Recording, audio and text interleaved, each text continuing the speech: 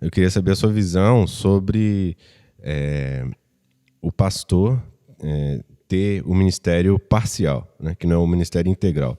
Que a gente, eu, por ser filho de pastor, conheço algumas coisas ali dos bastidores e eu sei que tem muitos pastores que defendem que o ministério pastoral precisa ser integral e outros pastores que também defendem que não precisa necessariamente ser integral. Óbvio que fazer sua tenda. O ideal, né, ministerial, que a gente pode dizer até de dedicação, de tempo, de desempenho, seria ser integral. Né? Porque você dedica 100%, né, àquilo. Né? Porque, querendo ou não, se você faz outra coisa paralelamente, você também precisa dedicar uma parte da sua vida a essa outra coisa. Perfeito. Mas qual é a sua visão com relação a isso? Enquanto seminarista, José Renildo, seminarista no Seminário Teológico Batista do Nordeste, ali inserido dentro daquela classe com os meus colegas, o Renildo defendia o ministério integral do pastor. Tá? Não que eu não defenda hoje, óbvio que eu defendo e acho salutar, né? Mas eu acho também que hoje a ótica que eu tenho enxergado é que muitas igrejas às vezes não têm se preparado para ter o pastor integral. Bom argumento. Pronto, porque hoje muitas igrejas querem ter um empregado pastor e não um pastor líder. Muitas igrejas querem ter o pastor como aquele que bate o ponto, tá? No domingo, traga aquela mensagem que massageie o ego, né? E, infelizmente, tem muitos colegas que, por uma questão de zona de conforto, né, têm trocado a mensagem da cruz, da confrontação. Negue-se a si mesmo. Justamente porque o salário de 15 mil, com um bom carro, uma boa casa...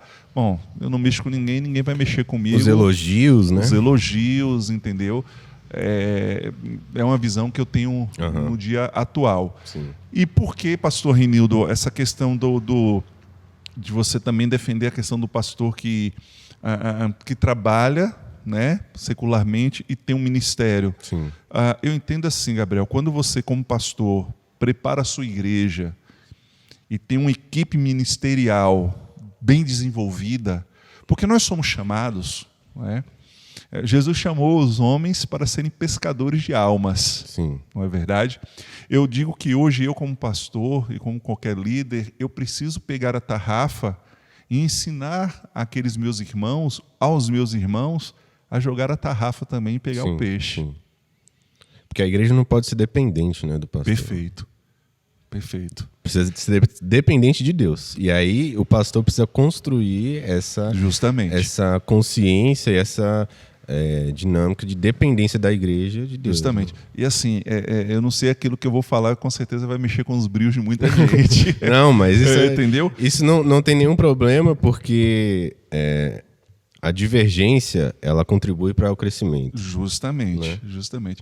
Eu acho que todo pastor, ele não pode ser o centralizador das coisas.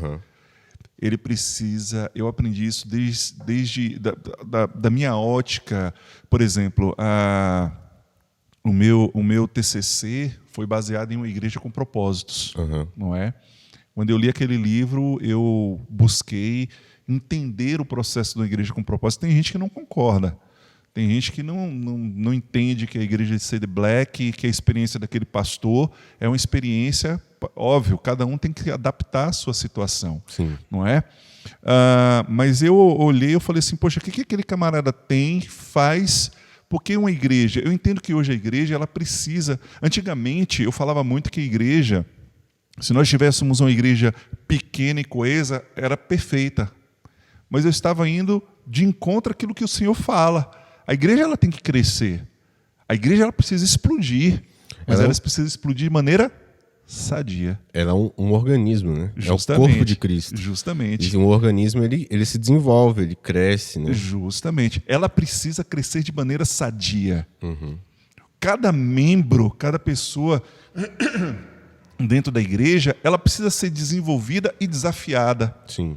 Eu não posso simplesmente ser um crente, né, um evangélico que senta aqui, entro e saio.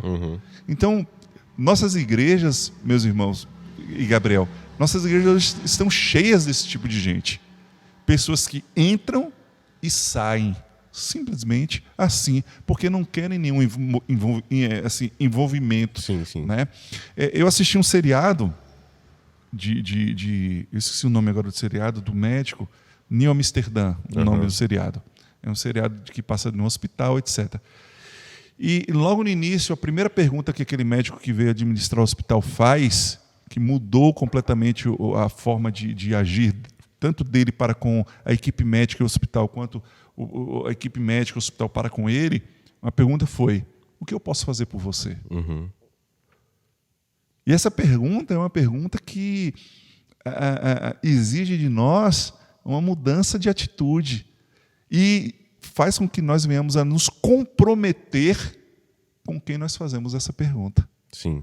Então, hoje, eu como membro da Igreja Batista Lagoa das Flores, PIB de Conceição de Jacuípe, Centenário, etc., etc., eu preciso ter dentro de mim que o Senhor Jesus me chamou para ter atitude de chegar às pessoas e falar: o que eu posso fazer por você? Sim. Como eu posso te amar, né?